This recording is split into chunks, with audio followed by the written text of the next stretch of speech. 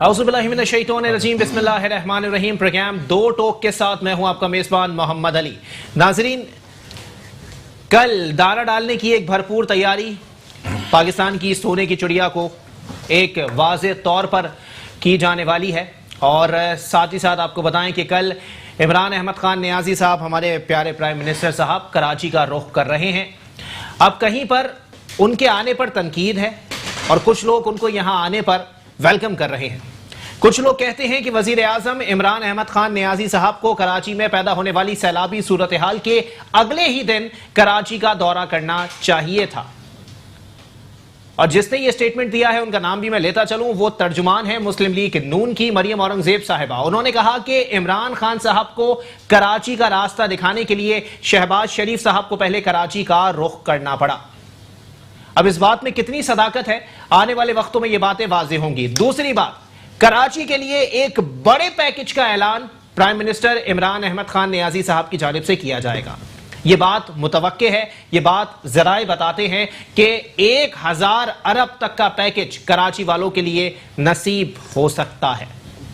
लेकिन यहां पर गौर तलब बात यह है कि अगर इतने बड़े पैकेज और इतने बड़े विजन के साथ इमरान अहमद खान नियाज़ी साहब कराची का रुख कर रहे हैं, तो 162 अरब रुपए इससे पहले भी कराची के लिए अनाउंस किए गए थे। और उनमें से मेरी इतलात के मुताबिक जो M&A फंड्स जारी किए गए, उन तमाम M&A फंड्स को मिला लिया जाए तो 8 अरब रुपए अब तक कराची में आए हैं। बाकी तकरीबन 154 अरब रुपए अब तक कराची वालों को देखने नसीब नहीं हो सके।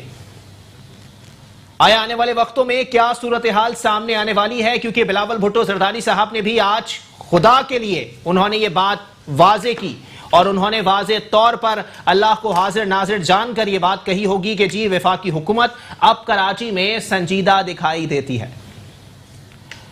चले ठीक है, मान लिया कि वफाकी हुकूमत कराची में संजीदा दिखाई देती है, लेकिन यहां पर सवाल यह पैदा होता है कि क्या सूबाई हुकूमत अब संजीदा दिखाई देगी? क्या सूबाई हुकूमत के जितने वुज़रा जिनको आज हलीम आदिल शेख साहब ने अजीज मियां कव्वाल और हमनवा के नाम से याद किया और कहा कि इन हमनवाओं को कराची में जो मजे कराए जा रहे हैं यहां से उठाकर इनको इंटीरियर भेजा जाए, क्या वो तमाम हमनवा जो हैं वो कराची में काम करने के लिए संजीदा दिखाई देंगे? और साथ ही साथ एक बात और कि जो ट्रांसफॉर्मेशन कमेटी शहरे कायद के लिए वजीर आजम इमरान अहमद खान नियाज़ी साहब की जानिब से बनाई गई है, उसका इल्म वजीर आला सिंध साहब को है ही नहीं। यानी सही मानों में कोई आकर मेरे घर को रेनोवेट करने की बात कर रहा है और मैं घर का मालिक होकर भी मुझे कुछ नहीं पता। आया सूरत हाल ऐसी है कि कल वजीर आला सिंध मुराद अली शाह साहब ने कह दिया कि अगर मुझे बुलाया जाएगा तो मैं मिलने जरूर जाऊंगा, लेकिन अगर मुझे नहीं बुलाया जाएगा तो मैं बिल्कुल मिलने के लिए आगे नहीं आऊंगा। प्राइम मिनिस्टर साहब अपना एक क्राइटेरिया रखते हैं और मेरा अपना एक क्राइटेरिया है। अब यहां पर सही मानों में उन्होंने खुलकर बता दिया कि मैं मेहमान किरदार अदा नहीं करूंगा। अगर कराची की सूरत हाल पर तमाम स्टेक होल्डर्स को बैठाना है तो बात सही है, और अगर महज सियासत करनी है, ऐलानात करने हैं, सियासत चमकानी है, सियासत कर तो बहुत ज्यादा चुके, सियासत चमकानी है, क्योंकि सियासत की जो तलवार अवाम पर चल रही है उसकी धार सबसे अच्छी कराची में लगाई जाती है। सबसे पहले चौधरी सरवर साहब आए और राशन बांट कर रवाना हो गए। उसके बाद जो दूसरी शख्सियत जिसने कराची का रुख किया वो हिज़्ब इख्तिलाफ के कायद मियां मोहम्मद शहबाज शरीफ साहब थे। वो आए, उन्होंने जख्मों पर मरहम रखा और वो रवाना हो गए। अब तीसरी शख्सियत आ रहे हैं इमरान अहमद खान नियाज़ी साहब। अब इमरान अहमद खान नियाज़ी साहब के इस दौरे के हवाले से मैं मजीद बताता चलूं तो ये दौरा 3 से 4 बार मुलतवी हुआ है, जिससे वजीर आजम इमरान अहमद खान नियाज़ी साहब की कराची के लिए संजीदगी का खुलकर इजहार किया जा सकता है या खुलकर अंदाजा लगाया जा सकता है। कानूनी पहलू किस तरफ जा रहे हैं कि अगर कोई ट्रांसफॉर्मेशन कमेटी विफाक के अंडर में बनाई गई है और उसका इल्म सिंध हुकूमत को है ही नहीं, तो क्या यह 18वीं तरमीम पर हमला तस्वुर नहीं किया जाएगा? खुर्रम शेर जमान साहब ने कहा है कि खुदा के लिए आप संजीदा हो जाएं। हलीम आदिल शेख साहब कह रहे हैं कि जी कराची डूब रहा था, मान लिया, लेकिन सिंध के दूसरे अजला भी डूब रहे थे। वहां पर कोई एक वजीर भी ग्राउंड पे दिखाई नहीं दिया। आगे आने वाले वक्तों में क्या चीजें दिखने वाली हैं, क्योंकि उम्मीदें बहुत हैं खान साहब से। एक बार फिर उन उम्मीदों के चिराग जो हैं वो रोशन हो गए हैं, जो कहीं ना कहीं किसी ना किसी जगह बुझते हुए दिखाई दे रहे थे।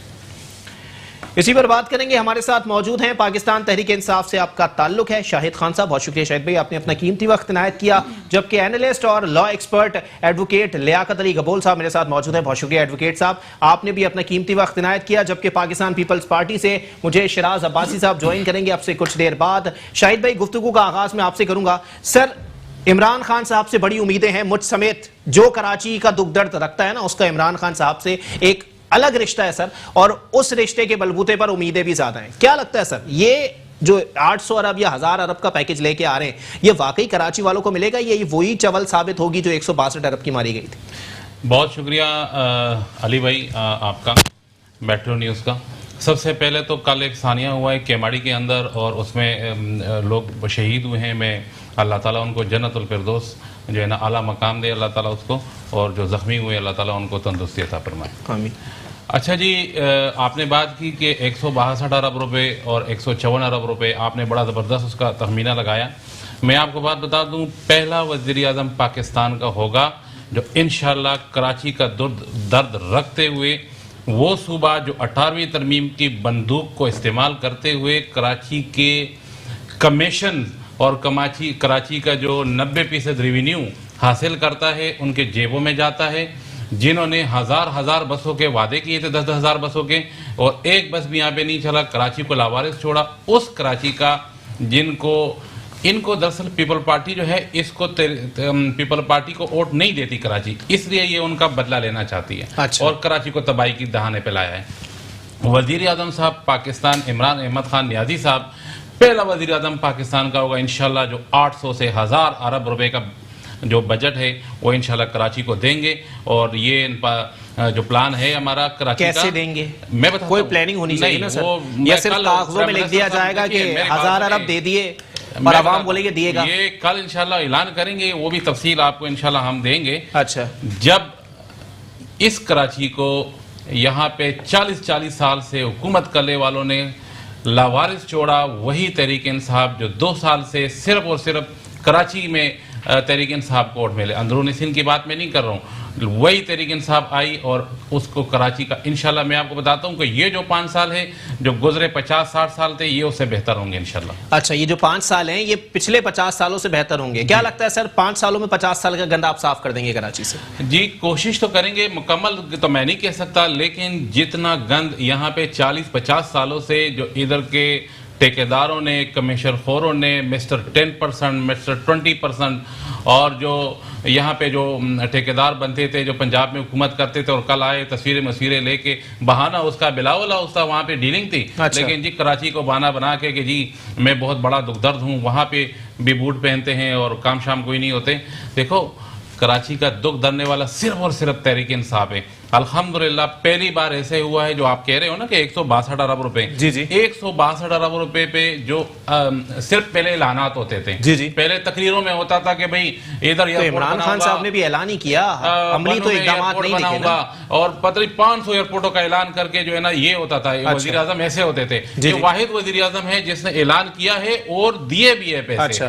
कराची के हर महीने को 30-30 करोड़ रुपए दिए, जाके चेक कर सकते हैं उनके इलाकों में। आपने पिछले प्रोग्राम में मैं आया था, आप गिला कर रहे थे, इंशाल्लाह आपने बेहतरीन देखा भी होगा। सर मैंने कोई बेहतरीन नहीं देखी अपने हलके के अंदर। मैं माशाल्लाह आपके बड़े नजरियाती कारकुन, मैं आपके बड़े नजरियाती रहनुमा नजीब हारून साहब के हलके में रहता हूँ और मुझे वहाँ बेहतरी नहीं दिखती। मैं अपने चश्मे का नंबर ठीक करा लेता हूँ। कोई ठेकेदार की बात की थी, मुझे अच्छी तरीके से याद है सर। देखिए जी, ठेकेदार होते हैं आते जाते, ठेके दिए जाते हैं, जब उनका फंड आपके इलाके पे लगेगा आपको नजर आएगा। अच्छा। अभी लग रहा है, जी जी, मैंने 250 ले ले, जिधर अली जैदी साहब का हल्का ले ले, जिधर जो है ना सर, जो रोड आपने मेरे हल्के में खोदी है ना सर, मैं 50 बार वहां से गुजरता हूँ, कोई एक मजदूर भी नहीं दिखता। 40 साल से नहीं हुआ। आप मंगो पीर रोड चले जाए, बनारस रोड चले जाए, ये 40 साल से नहीं बने थे। वहाँ के पुख्तून आबादी और दीगर जो हमारे कच्ची भाई है जो वहां रहते हैं, वो देख रहे हैं कि वाकई जो तब्दीली है वो ये है कि जो पैसा अवाम का है अवाम पे लग रहा है। अच्छा चलें ठीक है। एडवोकेट लियाकत अली गबोल साहब, सही मानों में जितने कानून बनाने वाले लोग हैं सबसे बड़ा शिकवा यही है सर मेरा उनसे कि ऐसा कोई कानून बनाया ही नहीं कि जो सियासतदान इलेक्शन से पहले वादे करे, अगर वो इलेक्शन के बाद उन वादों से मुकर जाए तो उस पर 62-63 लग जाए। ये मेरा सही मानों में मेरी ख्वाहिश है। क्या लगता है सर, इस पे कोई मुस्तकबिल में नजरसानी होगी? जी बिल्कुल, होना तो ऐसे यही चाहिए कि इन पे 62-63 लगना चाहिए, और उसके लिए इलेक्शन कमीशन मौजूद है। और इनकी जो सारी रिकॉर्डिंग है, इनकी जो वीडियोस हैं, जो इनने बड़े बड़े झूठ बोल के, बड़े बड़े दावे करके कि हम नया पाकिस्तान बनाएंगे, इस जो है ना मुल्क को आगे लेकर जाएंगे, तो मुझे नज़र नहीं आया। अभी उन्होंने कहा जी वो कराची जो है, कराची ने हमें वोट दिया, तो मुझे ये बताएं कि अगर कराची वालों ने उनको वोट दिया तो उन्होंने क्या किया है, मुझे बताएं। अब आप, मेरे ख्याल में इतनी ज़्यादा टाइम नहीं गुजरा है, अभी आप देखें लोगों के घरों में पानी खड़ा हुआ है कि इन्होंने कहा जी हम गुजर नाला साफ़ करेंगे, NDA में आ गई, वफाक जो है ना यहाँ पे कूद पड़ा।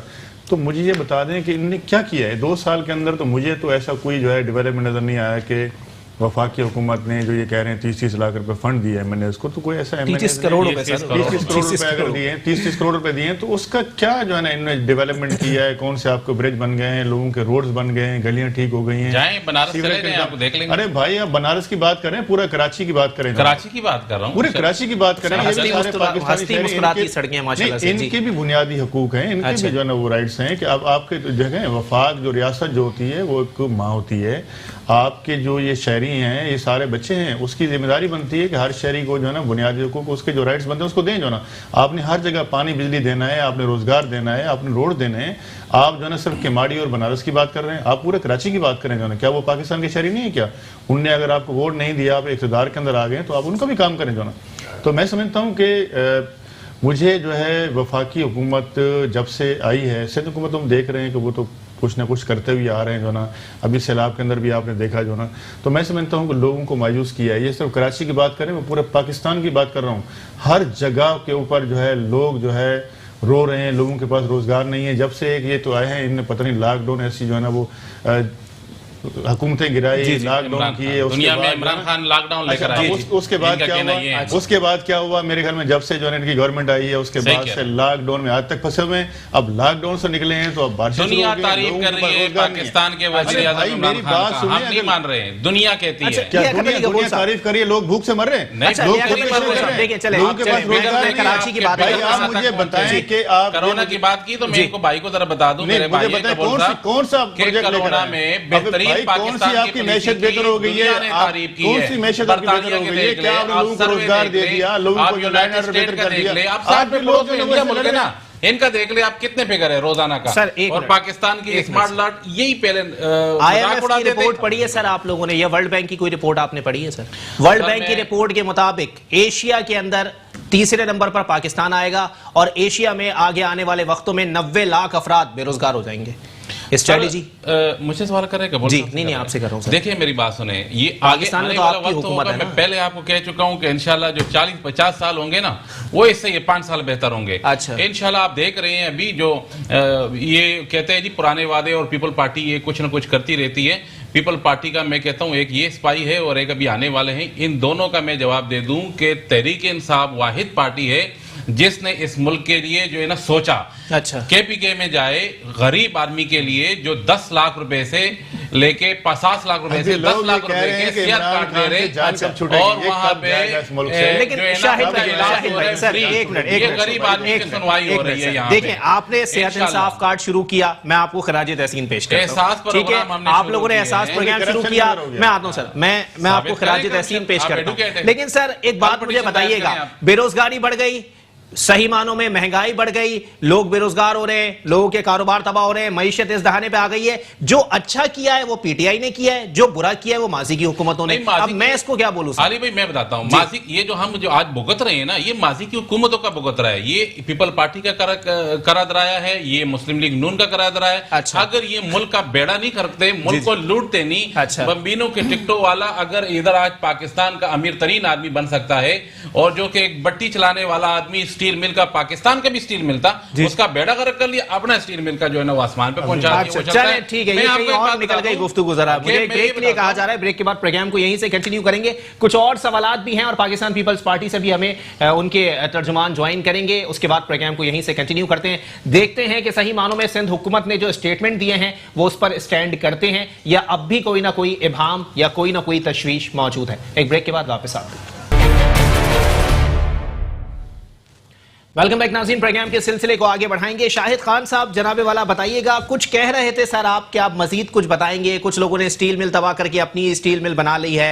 आप कह रहे हैं कि जी कुछ लोगों के पास जो वो चप्पल खरीदने के पैसे नहीं होते थे, आज अरबपति हो गए। सर ये बात तो इमरान खान साहब के हवाले से भी कहा जाती है ना कि वो सही मानों में एक वक्त में कहते थे कि मेरी वालदा के लिए कैंसर का इलाज कराने के लिए मेरे पास पैसे नहीं थे, और आज वो बनी गाना में इतनी बड़ी हवेली लेके बैठे हैं। सर हवेली की भी स्टोरी आपके सामने है, और इमरान खान साहब जो है ना पाकिस्तान का जो वाहिद वजीर आजम है जिसने पाकिस्तान का लूटा हुआ पैसा बाहर नहीं लेके गया। अच्छा, जो बाहर लूटे हुए पैसे लेके गए, आज वही लोग जो कहते थे ना इमरान और जरदारी भाई भाई होंगे, जी जी, तो आज कौन भाई भाई है? ये पाकिस्तान का जो अब पाकिस्तान तहरीक इंसाफ के जो चेयरमैन हैं इमरान खान साहब, ये उनकी बदौलत आज अवाम के सामने है कि कौन भाई भाई है। अच्छा। और क्यों भाई भाई है? करप्शन के लिए। इनकी दुकानें बंद हो गई। ये पहले दिन से, जिस दिन तहरीक इंसाफ ने हुकूमत संभाली थी, जी जी, उसी दिन से जो है ना ये तहरीक इंसाफ को हुकूमत नहीं करने दे रहे। कभी क्या बाना, कभी क्या बाना। मुझे तो समझ नहीं आ रहा कि इनको मुल्क से दुश्मनी है या तहरीक इंसाफ से दुश्मनी है। अच्छा। पाकिस्तान तहरीक इंसाफ को 2 साल बताएं शाहिद भाई, एक बात बताएं। चलें टॉपिक से थोड़ा सा हट के सवाल कर लेता हूं। एक बात बताएं, पाकिस्तान तहरीक इंसाफ से अगर कोई नजरियाती इख्तिलाफ रखता है तो क्या वो गद्दार है? इनका जो नजरियाती इख्तिलाफ इसलिए नहीं है कि इनकी जाती अनाएं हैं, इनकी जाती रंजिशें हैं। जी जी, मुझे समझ नहीं आता। देखो नहीं, अगर पॉलिसी पे कोई तनकीद कर रहा है, पॉलिसी पे कोई बात कर रहा है, इक़दामात पे कोई बात कर रहा है, बिल्कुल हम गद्दार सुनेंगे भी नहीं। ये पॉलिसी पे तनकीद नहीं करते हैं। जी जी, ये जानबूझ के, ये वही बिलावल भुट्टो साहब है जो पीपल पार्टी के जो चेयरमैन है। अच्छा, यही कहते थे ना कि ये नहीं, आपके सोशल मीडिया टीम के ऊपर और सोशल मीडिया पेजेस के ऊपर मैंने एंकर्स की तस्वीरें देखी हैं और नीचे लिखा हुआ है पाकिस्तान। आप मुझे करने दे बात। वो एंकर्स की तस्वीरें वो सोशल मीडिया की टीम हमारी फेक अकाउंट है वो। नहीं, अच्छा, ऐसी बात नहीं है। मतलब सारे मुहिब्बे वतन तहरीक इंसाफ में आ गए, बाकी सबको रूह अफ़ज़ा पीने आए हैं। साहब जो है वो इदारों की कदर करते हैं। अच्छा, यही इदारे थे जो 40 साल में टेढ़े मेढ़े चल रहे थे। जो चीफ जस्टिस साहब ने भी कहा कि भाई पुलिस इदारे मुलव्विस थे, यहाँ के चाइना कटिंग में भी मुलव्विस थे, यहाँ के डिफेंस में जो बिला उलाउस के इर्द गिर्द के करीब जो गैंगवारों से जो जमीनें बंगले कब्जे करवाते थे उसमें भी ये यहाँ के इदारे मुलविस होते थे। अच्छा, अब इंशाल्लाह जो है ना ये 2 सालों में वो लियाकत अली साहब कहा कि वो बदल करके रख देंगे इंशाल्लाह। सर कोई कमेंट करना चाहेंगे? देखिए मुझे तो हैरानगी हो रही है कि ये जिस तरह की ये बातें कर रहे हैं, ये अपना कोई काम गिनवा दे ना, कोई डेवलपमेंट बना, आप गिन ले ना, आप एहसास कार्ड गिन ले, आप सेहत कार्ड गिन ले, काम इन्होंने किया है उसके अंदर कोई एक काम गिनवा दें सवाए जो है ना इल्जाम, सेहत कार्ड है, एक मिनट शायद भाई बात करें ना ताकि लोगों को सवाए इल्जाम लगाने के, सवाए जो है ना लोगों को गुमराह करने के कोई ऐसा काम बता दें। अगर इससे पूछें डेवलपमेंट का, ये कहते हैं कि माड़ी देख लो। इससे पूछें डेवलपमेंट का, कहता है जी बनारस देख लें। भाई आपने पूरे कराची के अंदर क्या किया? कराची का नहीं, मैं पूरे मुल्क की बात करूंगा। पूरे मुल्क के अंदर बेड़ा गर्क कर दिया आप लोगों ने। आप देखे तो सही, बेड़ा कैसे गर्क कर दिया? बेड़ा गर्क करने वाले के तो आप वकालत कर रहे हैं। अरे भाई जिन्होंने बेड़ा गर्क कर दिया, मैं आपको 5 साल के अंदर इतनी बेहतरीन पैकेज कौन से नहीं कर रहा, मैं तुम्हें बता रहा हूं कि मुझे अगर आज इमरान खान को तबाह करने के दाने पे नहीं लाते इन 2 सालों के अंदर इस मुल्क का सारा कर्जा खत्म कर देती कितने पुल बनाए, कितने रोजगार दी, कितनी मैशत को बेहतर चलते। सवाए इल्जामात लगाने। एडवोकेट साहब एक सवाल यहाँ पर पैदा होता है, कराची का मरसिया ये लोग रोज पढ़ते हैं, पाकिस्तान तहरीक इंसाफ वाले रोज पढ़ते हैं, पाकिस्तान पीपल्स पार्टी को छोड़ दें। इतनी कहा कि इल्जाम लगा रहे हैं बहुत सारे।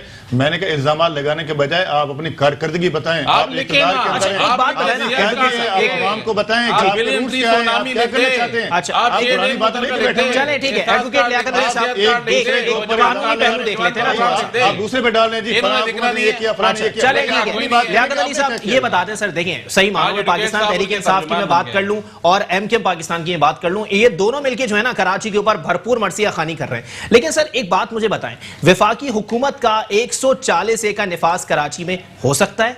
कानूनी पहलू क्या कहते हैं कि 149 ये भी हो सकता है। जब दोनों आइन के आर्टिकल मौजूद हैं तो निफाज के लिए 18वीं तरमीम कैसे आ रही है? देखिए बात सुनिए, जब आपकी जमहूरी हुकूमत चल रही है तो फिर आप जो है ना उसके ऊपर कैसे निफाज करेंगे? अच्छा, आपके पास इलेक्टेड एमपीएज हैं, एमएनएज हैं, आपकी एक जमहूरी हुकूमत है, आपका एक वजीर आला, आप कैसे उसको करेंगे? अब सर, उसको कैसे आइन के आर्टिकल में लिखा है जो लोगों से वोट लेकर आए हैं और लोगों से इलेक्ट होकर आए हैं। कबूल साहब, तर्जुमान आइन के आर्टिकल के अंदर जो सही मानों में आइन में दो चीजें मौजूद है ना सर, उसका निफाज तो हो सकता है। मैं बताऊं इस आर्टिकल का नसीम साहब ने और इनको इल्म भी नहीं आप है। कर सकते हैं जब वो काम नहीं कर रही हो। अच्छा, ऐसे है बाकायदा उसके तमाम जो है ना जो एमपीएज एमएनएज हैं, आप पूरी हुकूमत जो है काम कर रही है, अब उसके ऊपर कैसे आप उसको वो कर सकते हैं? लेकिन लियाकत अली साहब, जो इस वक्त सूरत हाल कराची में है, बारिशों के बाद जो मामला हुए उसमें तो हो जाना चाहिए ना सर? जी, ऐसा नहीं है, इसमें तो वफाकी हुकूमत की जिम्मेदारी बनती है सबसे पहले।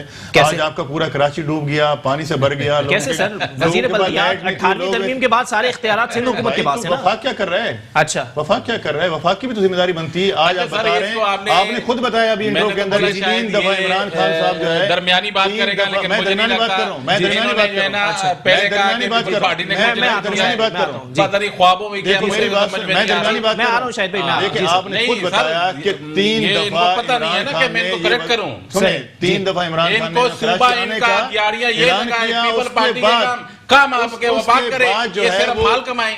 फिर इनको माल कमाना आता है, जो है ना वो माल कमाना बिल्कुल नजर नहीं आता। मैं आ रहा हूं शायद भाई, एक जरा बारी बारी बात करें सर। जी, अब बारी बारी बात ये, जहाँ सिंध हुकूमत की जिम्मेदारी बनती है वहाँ वफाक की भी जिम्मेदारी बनती है। अच्छा, कि वो दोनों को मिलकर काम करें। 18वीं तरमीम क्या चीज है?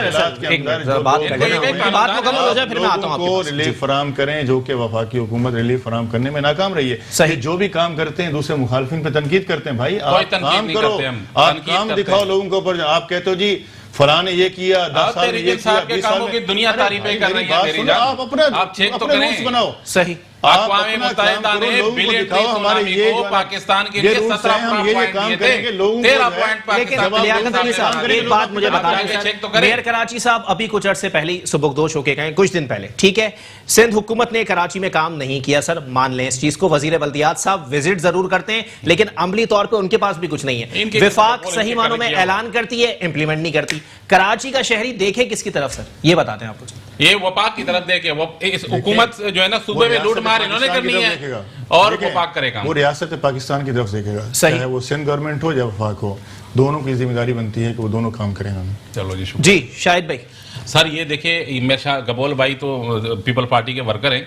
मैं आपको एक बात बता दूं, ये सूबा है, 18वीं तरमीम भी कोई चीज है। ये वकील साहब है, ये मेरे से बेहतर जानते होंगे। सही, ये यहाँ सारी लूटमार, नालों की सफाई ना करना, कागजों में काम नहीं होते, ये हर चीज में करप्शन, लूटमार ये करे, और काम जो है ना नाले भी इनके वफाक साहब करे, बारिश हो तो वफाक जिम्मेदार है, यहाँ पे सड़कें भी वफाक बनाए, तो फिर ये किस मरज के दवा? चले ठीक है, कराची के अंदर ये सूरत हाल है ना, कराची के अंदर सूबाई हुकूमत जिम्मेदार है। हाँ जी बिल्कुल, सूबाई हुकूमत जिम्मेदार है। पंजाब में अल्हम्दुलिल्लाह, लाहौर के अंदर सर आज 5 बंदे मर गए। आप जाके देख ले, लाहौर में 130 फीट स्ट्रिप कर गए, एक चीज भी वो जाके पानी हो गए, सारे कुछ नॉर्मलाइज हो जाता है। ये नहीं है कि पानी हुए में सर एक क्लियर हो जाए सर, एक सफेद पोश का इलाका, वहां 5-5 दिन लाइट नहीं हो, वहां पे पानी नहीं हो, वाटर बोर्ड ना अहल महकमा जो पानी भी नहीं दे सके, हर बंदा बिल देने के लिए तैयार है। तो इन्होंने जो है ना उसको भी पानी आता है, लेकिन वो टैंकरों में आता है। वो यहाँ टैंकर माफियों में इनके बंदे मुलविस हैं। जी। लेकिन वही पानी अगर नलकों में आए,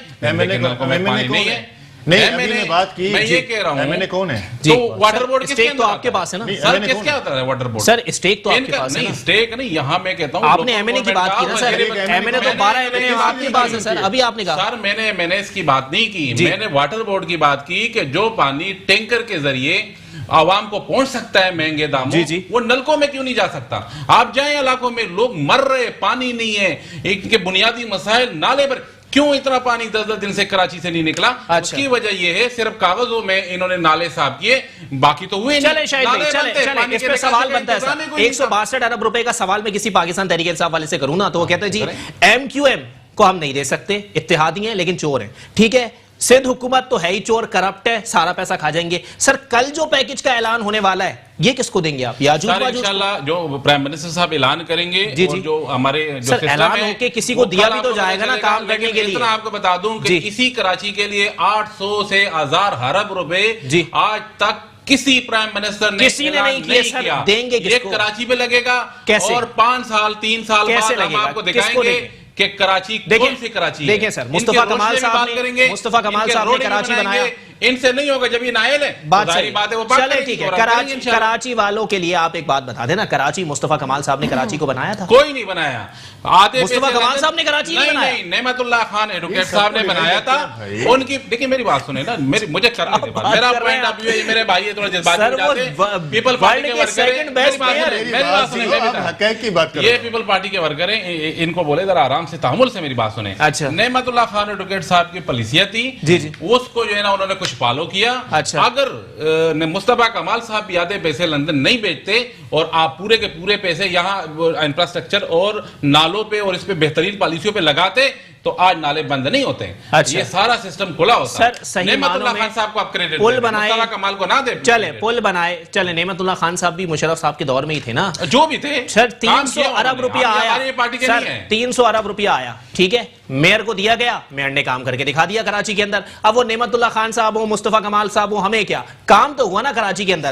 ये बताएं कि आप जो फंड का ऐलान करने वाले हैं कल, इमरान खान साहब, वो किसके हाथ में आएगा? ये आने वाला टाइम तो मैं नहीं बता सकता, लेकिन जिसके हाथ में भी होगा, आवाम का पैसा है, आवाम के टैक्सों का पैसा है, आवाम पे लगेगा, कराची पे लगेगा। अच्छा। और वो कराची की जो रोशनियां जो इन्होंने पीपल पार्टी ने तबाह की है, जो इन्होंने लूट मार करके कराची को तबाही के दाने पे लाके खड़ा कर दिया, उस कराची की खुशियां बाल करेंगे। चलें ठीक है, एडवोकेट लियाकत अली साहब, जनाबे वाला, अगर सही मानों में मेयर कराची को फंड नहीं मिलेगा, बल्दियाती कयादत यहां पर अब है नहीं, ठीक है, बल्दियाती कयादत को फंड नहीं मिलेगा, सिंध हुकूमत को फंड देंगे नहीं, बचा कौन अब कराची के अंदर के जिसको फंड देकर कराची को डेवलप कराया जाएगा?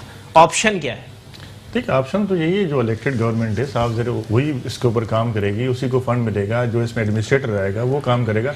अब बात यह है कि अभी तक तो ऐलान हुआ नहीं है। अच्छा। अब पता नहीं ये यहाँ आके जो है खाली विजिट करते लोगों को जो है झूठे वादे करके जाते हैं, जिस तरह इनके पहले जो इन्होंने दावा किए हैं कंटेनर के ऊपर खड़े होके आपके सामने हैं, वो आज तक जो है वफा नहीं हुए। हो सकता है कि ये भी जो है ना इनका वादा ही रह जाए, जैसे आपने बताया कि 162 अरब रुपए का इन्होंने ऐलान किया, इनको 8 अरब रुपए मिले। बात ये आने वाले वक्तों में पता चलेगा कि ये तहरीक इंसाफ जो बातें कर रही है वो कितनी डिलीवर करती है। अभी तक तो इनकी कारकर्दगी बिल्कुल सिफर है, लोग बिल्कुल फेड अप हो चुके हैं, तंग आ चुके हैं। वो कहते हैं किसी तरीके से कार्ड का गिनवाए, जिससे 7 लाख रुपए से 10 लाख रुपए तक इलाज होता है। इनको और भी मसाइल हैं, और भी मसाइल हैं। 12,000 रुपए 12,000 मिले इससे पहले भी लोगों को मिलते थे, इससे पहले भी लोगों को मिलते थे। सुनामी का बता दे, जो अक़वाम मुत्तहिदा ने उसको 17 पॉइंट दिए थे, 13 पॉइंट मेरे पाकिस्तान ने मुकम्मल कर दिए। इनको नजर नहीं आएगा, इनको भी नजर नहीं आएगा, पीएमएलएन को भी नहीं आएगा, पीपल पार्टी को भी नजर नहीं आएगा। टोटली यही तो कह रहा हूँ, बिल्कुल नहीं। इनका जो चीफ मिनिस्टर है, एडवोकेट साहब, पीपल्स पार्टी की गवर्नमेंट से मुतमईन है आप सिंध के अंदर कुछ कर रहे हैं? तो देखें, लोग आज भी देखें, आप जितना भी वो करते हैं नजर आता है, और लोग आज भी वो कहते हैं क्या किया है मुझे बताएं जरा। मिसाल के तौर पे देखें, पीपल पार्टी की गवर्नमेंट रही है, मैं मानता हूँ जो ना कहीं उनकी गलतियां भी होंगी, कहीं उन्होंने काम भी किया, अच्छा ही गिनवाए ना, एक अच्छा ही गिनवा दे। मुझे बताएं तो लोग वोट क्यों देते हैं? अगर वो काम करते हैं तो लोग वोट देते हैं ना। नहीं होता जिस तरीके से अगर वो काम नहीं करते, कराची ने आज तक वोट नहीं दिया उनको। कैसे जीत के आते हैं?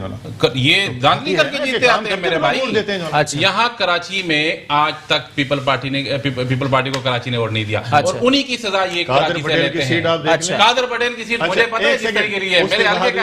आप जाए वहाँ हल्के पे क्या काम होता है, मैं कहता हूँ वहाँ पे मैंने पिछले प्रोग्राम में आपको शाहिद भाई, जहां पर पीटीआई के नुमाइंदे जीत गए वहां पे शफाफ हुए हैं, जहां पीपल्स पार्टी के या एमकेएम के जीत गए वहां धांधली। बताता हूं, इनके जो साबका रिकॉर्ड है वो सबको पता है। अच्छा, इनके जो करप्शन है, इस बार क्यों नहीं हुई धांधली? अकाउंट है सर, इस बार धांधली क्यों नहीं हुई? मेरे ख्याल में कबूल साहब को मुर्दों के अकाउंट का नहीं पता, इनको एयान अली की केसेस का नहीं पता, इनको जो है ना शुगर उदेबिया पेपर मिल का नहीं पता, रमजान शुगर मिल का नहीं पता। सुनो, इनके जो गुजरात पे जो करप्शन के केसेस चल रहे हैं, उनको नाला है, इनकी जो नैब इंक्वायरी कर रहे हैं उसका ये सिस्टम जो है ना प्लान। सर परवेज खटक साहब जी, परवेज खटक साहब, परवेज खटक साहब, मालम जबा केस, बिल्कुल जी, मैं हेलीकॉप्टर केस। अच्छा मेरी बात सुने, फॉरेन फंडिंग केस, अल्हम्दुलिल्लाह मैं तरीके से आज आपने आप प्रोग्राम से एक आउटसाइड पे चले गए, उसका भी आपको जवाब देता हूं। बिल्कुल। तहरीक इंसाफ अपने कोई भी जिसके ऊपर कैसे थे, उनको डिफेंड नहीं करती। अच्छा। आपने देखा होगा तहरीक इंसाफ भी थी जिसने 12 एमपीए निकाले अपनी पार्टी से। आज जहांगीर तरीन साहब के ऊपर केसेस का आप देख ले। तहरीक इंसाफ थी जिसने जो है ना चीनी का जो है ना नाहिल ना भी होता ना। आप लोगों ने तो बड़े नाहिल अपने पास रखे हुए। सवाल कर लेता हूं, जुल्फी बुखारी साहब की नैब इंक्वायरी किसके कहने पर बंद हुई? सर किसी के कहने पे बंद नहीं हुई है, ठीक है। इंशाल्लाह इंक्वायरी और कोई भी एमएनए और एमपी हमारा अगर मुलविस होगा भी तहरीक इंसाफ का तो तहरीक इंसाफ उसको सपोर्ट नहीं करेगी, बाकायदा उसके खिलाफ जो है ना जो अदालतों को जो है ना फॉलो करेगी। और हमने कोई सपोर्ट नहीं करना, मतलब किसी करप्ट आदमी का। लियाकत अली साहब जनाबे वाला कोई कमेंट करना चाहेंगे? देखिए मैं समझता हूँ ये बिल्कुल जो इन्होंने स्टेटमेंट दिया जी तहरीक इंसाफ बिल्कुल सपोर्ट नहीं करेगी। इनके आज भी गुजरा जिन पे नैब के केसेस चल रहे हैं, उनकी इंक्वायरियाँ चल रही हैं, उनको बिल्कुल सपोर्ट कर रहे हैं। इंक्वायरियाँ उनकी बंद करवाई जा रही हैं जो ना देखें मुखालफिन और अपोजिशन से इंतकाम ले रहे हैं, उनको ऊपर केसेस बना रहे हैं। आए दिन हम देखते हैं इंतकाम ले रहे हैं, बिल्कुल ले रहे हैं। देखें क्यों ले रहे हैं, मतलब देखिए जितने जो है इनके किसी चीज का लिया जाता है ना, बहुत सारे लोग नहीं इनसे ये पूछे इनके ऊपर जो केसेस है ये हमारे दौर के बने हुए थोड़ी इनके दौर के बने हुए केसेस लड़ते हैं सर। पीपल पार्टी पे इनके दौर के केसेस है, हमें पता है इनको पता नहीं है हमारे एक भी केस बनाया हुआ नहीं है। ये एक दूसरे के ऊपर बारी बारी करते थे और बारी करके एक दूसरे के ऊपर केस बनाते थे, मुल्क को लूटते थे। अल्हम्दुलिल्लाह तहरीक इंसाफ ने आके पहले दिन प्राइम मिनिस्टर ने असेंबली में खड़े होकर बोला कि कोई इनारो इनको नहीं दूंगा इंशाल्लाह। आज हम इनको इनारो दें, तहरीक इंसाफ सबसे बड़ी अच्छी बात है। ब्रेक के बाद प्रोग्राम को यहीं से कंटिन्यू करेंगे और कुछ दीगर सवालात भी हैं कराची के हवाले से। कल दौरा होने वाला है और कल इत्तेहादी भी आ रहे हैं मुलाकात के लिए, उनके शिकवे शिकायतें क्या होंगी, एक ब्रेक के बाद इस पर सवाल होगा। वेलकम बैक नाज़रीन, प्रोग्राम के सिलसिले को आगे बढ़ाएंगे। मामलात क्या है शाहिद खान साहब जनाबे वाला, आप सवाल का जवाब दे दें ताकि मैं कंक्लूजन की तरफ जाऊं। सर कल इत्तेहादी भी मुलाकात करने वाले हैं, इत्तेहादी चाहे जीडीए के रूप में हो या एमकेएम के रूप में हो, उनके भी अब तक जो मसाइल हैं या उनके जो अभी भी इबाम हैं वो दूर नहीं किए गए। कल क्या होने वाला है? इंशाल्लाह कल जीडीए की वफद की भी मुलाकात है प्राइम मिनिस्टर के साथ, सही, और एमकेएम की वफद की भी खालिद मकबूल सिद्दीकी साहब उनकी क़यादत करेंगे, उनसे भी बाकायदा मुलाकातें, सही। और इंशाल्लाह जो हमारे इत्तेहादी हैं उनको भी इत्मीनान मिलेंगे और कराची को वो पैकेज देंगे इंशाल्लाह जो कराची की जो लोग परेशान हैं, इनकी जो रोशनियां इन्होंने खत्म की पीपल पार्टी ने, वो बहाल करेंगे इंशाल्लाह। ये मेरे भाई बैठे हुए हैं, थोड़ा मैं इनको ये कह रहे जी इन्होंने क्या किया है, सिर्फ इल्जामात की बात करते हैं, हम इल्जामात की बात नहीं करते हैं। मैं इनको ये बता दूं कामयाब जवान प्रोग्राम पहले 10 लाख रुपए तक देते थे, अब इंशाल्लाह 10 लाख रुपए से लेकर 2.5 करोड़ रुपए तक नौजवानों को मिल रहे हैं। मैं बताता हूँ सेहत कार्ड में जो सेहत कार्ड तहरीक इंसाफ ने जारी किया, सही, 7 लाख रुपए से लेके 10 लाख रुपए तक गरीब आदमी का पहले कुछ मखसूस लोगों का इलाज होता था, अब पूरा केपीके में हमने जारी कर लिया। एहसास प्रोग्राम के तहत 12,000 रुपए पी खानदान हमने गरीबों को दिए, जो पहली बार एक टेक्निकल तरीके से जिसको दुनिया ने माना कि वाकई गरीबों तक वो पैसे पहुंचे, जिसमें किसी एमएनए और किसी एमपीए की सिफारिश नहीं थी। बिलियन ट्री सोनामी की मैं बात कर रहा हूँ जिसकी अक़वाम मुत्तहिदा ने 17 पॉइंट कहा था, लेकिन हम पाकिस्तान में 13 पॉइंट तक पहुंच गए, सिर्फ 4 पॉइंट रह गए, वो भी मुकम्मल हो गए। लियाकत अली साहब दरियाए रावी पे नया शहर बना रहे हैं और इंशाल्लाह जो है ना आप देख लेंगे कि उसमें नौकरियां भी लोगों को मिलेगी और तरक्की भी करेगा। सर आप कह रहे हैं शफाफ तरीके से दिए इसलिए सानिया निस्तर को घर जाना पड़ा। अच्छा ठीक है, ये 2-4 जो काम गिनवा दिए हैं, क्या ये 2-4 काम काफी हैं? 2 साल के अंदर इससे ज्यादा इनको काम करना चाहिए था। लोगों ने इन पर इत्मीनान करके इनको वोट दिया था कि शायद ये नया इन काम कर्जे तो 50 सालों वाला सही कहा कि हम कर्जे नहीं लेंगे, आज कर्जे भी ले, आप 50 सालों ज्यादा ले चुके हैं ना। मुझे तो ऐसी कोई नजर नहीं आ रही कि जो ना मैं समझता हूं कि ना तजर्बेकार लोगों की हुकूमत है, सही, उनको कोई तजर्बा नहीं है, ये हुकूमत चलाने के काबिल नहीं है, इसलिए पाकिस्तान सरप्लस उनका जो तखमीना है सरप्लस में शामिल। चलें ठीक है, बहुत शुक्रिया। एडवोकेट लियाकत अली गबोल साहब मेरे साथ मौजूद थे, पाकिस्तान तहरीक इंसाफ से शाहिद खान साहब मेरे साथ मौजूद थे। एक और इशू है, lieutenant general retired Asim Salim Bajwa साहब ने जो है वो अपने ऊपर लगने वाले इल्जामात की तरदीद की और बाद अज़ां उन्होंने मुआविन खुसूसी की सीट से इस्तीफा देने का ऐलान किया, जिसे प्राइम मिनिस्टर इमरान अहमद खान नियाजी साहब की जानिब से रिजेक्ट कर दिया गया। उन्होंने उनका इस्तीफा जो है वो कबूल नहीं किया। इसी पर बात करेंगे, हमारे साथ मौजूद हैं सीनियर एंकर पर्सन डॉक्टर बुलंद इकबाल साहब। बहुत शुक्रिया डॉक्टर साहब, आपने अपना कीमती वक्त इनायत किया। जनाबे वाला बताइएगा कैसे देख रहे हैं इस फैसले को? जी देखिए, मेरे ख्याल में एक ये मिसाली फैसला है, एक नज़ीर कायम की गई कि अगर बेबुनियाद इल्ज़ामात भी किसी पर लगाए जाते हैं तो वो अपने आप को कानून के सामने पेश कर सकता है। और यानी पहली दफ़ा ऐसा हुआ है कि किसी पे अगर कोई इल्ज़ामात लगाए गए हैं जो कि बेबुनियाद, सब जानते हैं कि भारतीय प्रोपेगेंडा, क्योंकि जब lieutenant general retired Asim Salim Bajwa साहब सरबराह रहे ISPR के, तो उस वक्त भी वो जो है वो उन्होंने नाकों चने चबवाए भारत को, और इसके अलावा CPEC की इतनी बड़ी जिम्मेदारी उनके ऊपर इस वक्त है, जो कि उनका मेन फोकस है।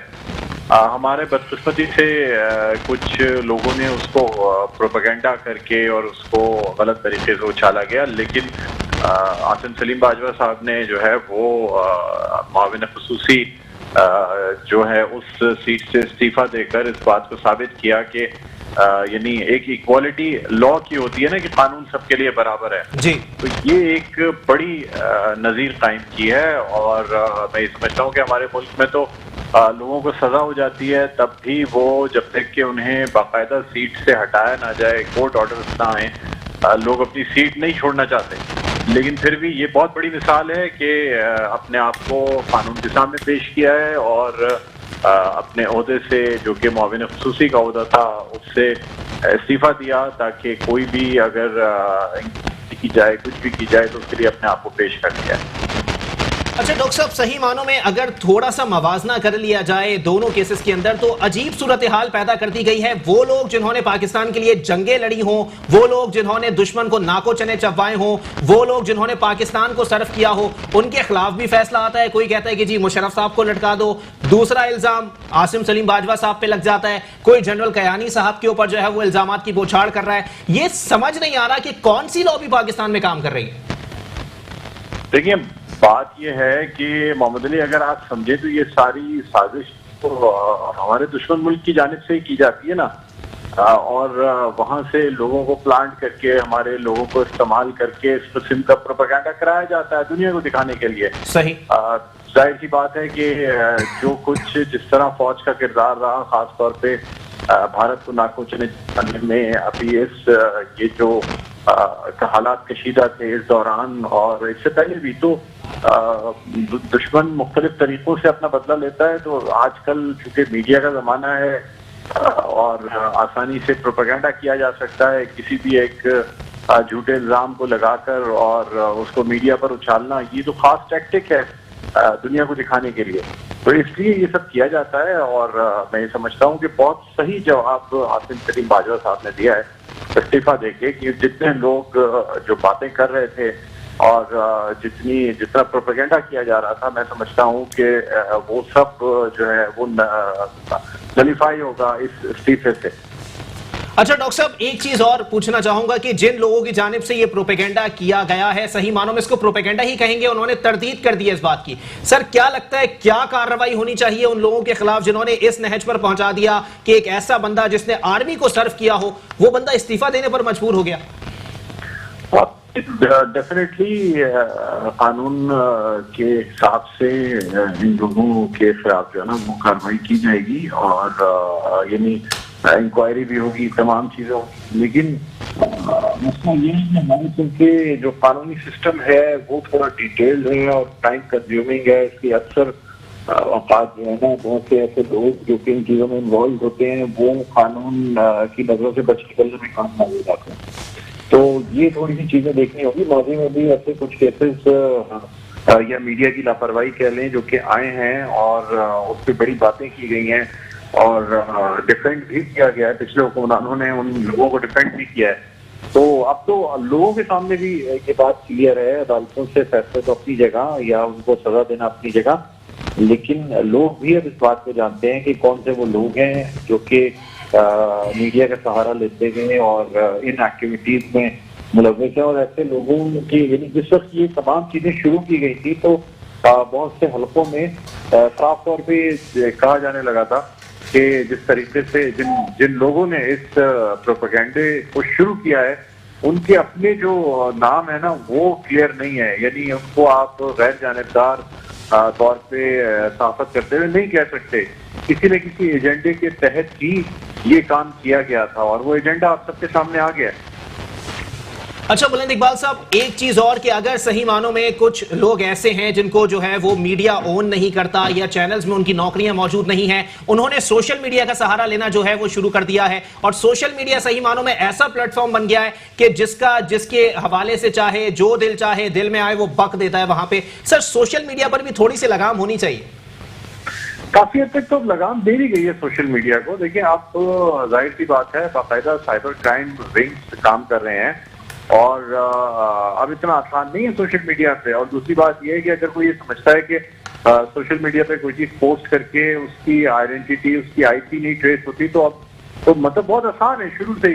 कोई भी सोशल मीडिया पे कोई चीज डाली जाएगी तो बहुत सारी चीजें हमारी सोशल मीडिया पे जो आती हैं वो हमारे दुश्मन मुल्क की जानिब से आती हैं। जब उसकी आईपी ट्रेस की जाती है तो पता चलता है जी ये चीजें अपलोड दूसरी जगहों से हो रही हैं।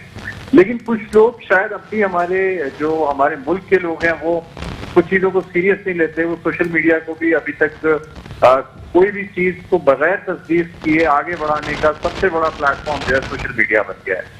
यानी कोई भी चीज आती है और ऐसी कोई खबर हो, कोई स्कैंडल हो, उसको लोग बगैर तस्दीक किए उसको वायरल करने लगते हैं, जिसे हम सोशल मीडिया की ज़बान में वायरल करना कहते हैं। तो ये चीजें हैं थोड़ी सी, इससे सोशल मीडिया को कंट्रोल करने के लिए काम किया जा रहा है। लेकिन फिर भी बड़ी बात है कि पाकिस्तान में आज़ादी सहाफत जो है वो है और यानी इज़हार राय की आज़ादी है, ये बड़ी बात है। हमें इसको बिल्कुल एक्नॉलेज करना चाहिए और इस बात पर जो है ना वो हुकूमत पाकिस्तान को सराहना भी चाहिए कि हमारे यहाँ फ्रीडम ऑफ एक्सप्रेशन मौजूद है। अगर आप देखें ना, फौज के लेफ्टिनेंट जनरल रिटायर्ड के ऊपर एक बात लगाई जा सकती है, एक स्कैंडल बनाया जा सकता है, तो फिर आप सोचे ना कि इससे ज्यादा और इज़हार राय की आज़ादी क्या होगी। ठीक है, बहुत शुक्रिया। सीनियर एंकर पर्सन डॉक्टर बुलंद इकबाल साहब हमसे बात कर रहे थे और इसी के साथ अपने मेजबान मोहम्मद अली को दीजिए इजाजत। कल का इंतजार है, कल दोपहर को जैसे ही जहाज लैंड हो जाएगा उम्मीदों के चिराग फिर से रोशन हो जाएंगे और इन उम्मीदों के बलबूते पर ही देखना होगा कि कल कराची वालों के जख्मों पर किस हद तक मरहम रखा जाता है। इसी के साथ अपने मेजबान मोहम्मद अली को दीजिए इजाजत। अल्लाह हाफिज।